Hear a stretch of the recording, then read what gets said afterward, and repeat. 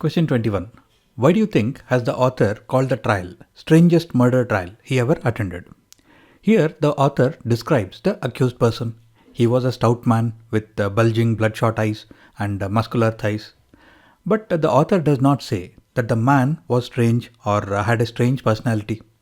So option A is incorrect. Mrs. Salmon, who is the witness, is giving evidence in the court. There doesn't seem to be anything wrong with her evidence, and there is no mention that it could not be proved. She had clearly seen the person. He was wearing gloves, he had a hammer, he threw the hammer into the bushes, he looked up, there was some moonlight, and the light from the street lamp was falling on his face. So she had seen him clearly. The author doesn't say that the evidence itself could not be proved. So option C is not correct. What made the case strange was the twist in the story, where the twin brother was introduced in the court. Even though Mrs. Salmon had clearly seen a person fitting the description, was the person she had seen the accused or his twin? Because both looked similar, it could not be proven who did she actually see. Option B is correct, because despite having a potential witness and evidence against the accused, his wrong could not be proved. Question 22. His eyes suffused with horrifying and brutal fear, like an animal's when you raise a whip, can be called as which of the following? In another video, I will cover all the figures of speech and literary devices that have appeared in CLAT previous question papers.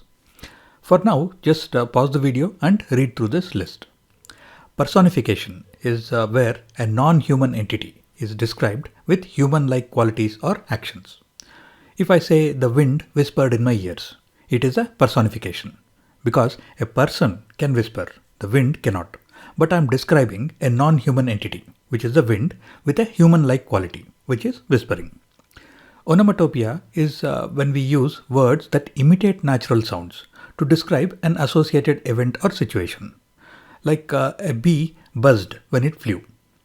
Now, buzz is the natural sound that is made by a bee. So I am using a natural sound to describe a situation. A simile is when two unlike or dissimilar things are compared with each other. Normally, the words like or as are used in the comparison. For example, her smile was as bright as the sun. In this sentence, a simile has been used, where his expression has been compared to that of an animal, which is afraid of being whipped or hit with a whip. The word like has been used in the comparison. On one side, there is a human being. On the other side, there is an animal. So the comparison is between two dissimilar things. This is a simile. Question 23. The expression peeking his eyes used in the passage refers to which of the following? Here, the person who committed the offense is described as having bulging bloodshot eyes. Bulging eyes is here, and bloodshot eyes means red eyes. So A and B are possible answers. There is no mention of small eyes in the passage, so ignore option C. Further down in the passage, the accused person's twin brother, who looks exactly like the accused, is described as having bulging eyes. So peeking his eyes refers to bulging eyes. Also, peeking his dogs are a breed of small dogs, which have protruding or bulging eyes.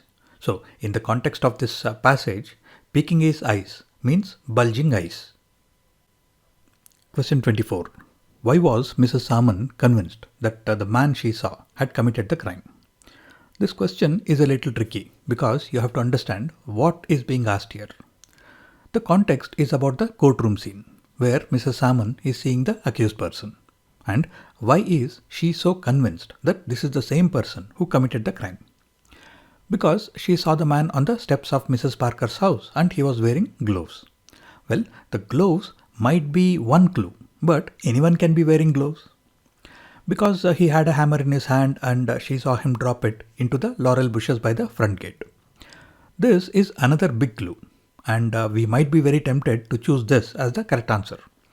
But how does Mrs. Salmon know that the accused person, who she is seeing in the court, is the same person who had the hammer and dropped it? Well, because when he looked up at her window, she had seen him clearly in the light of a street lamp. Here she is asked, "Are you certain?"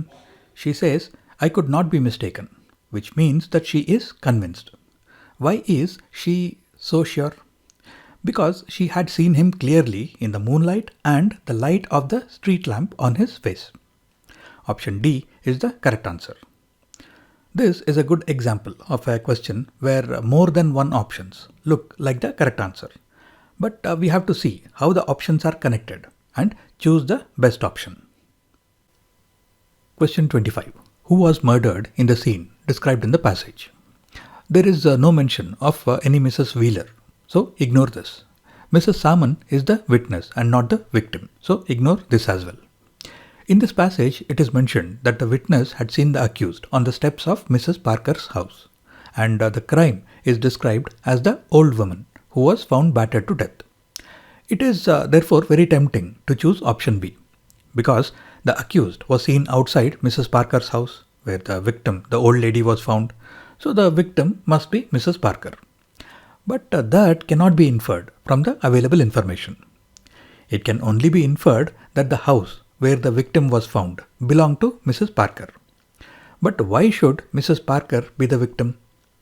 The old lady might be someone else who is living in Mrs. Parker's house, a tenant, a relative, or a friend. Since there is no specific information to say that Mrs. Parker was the victim, the best answer is cannot be inferred.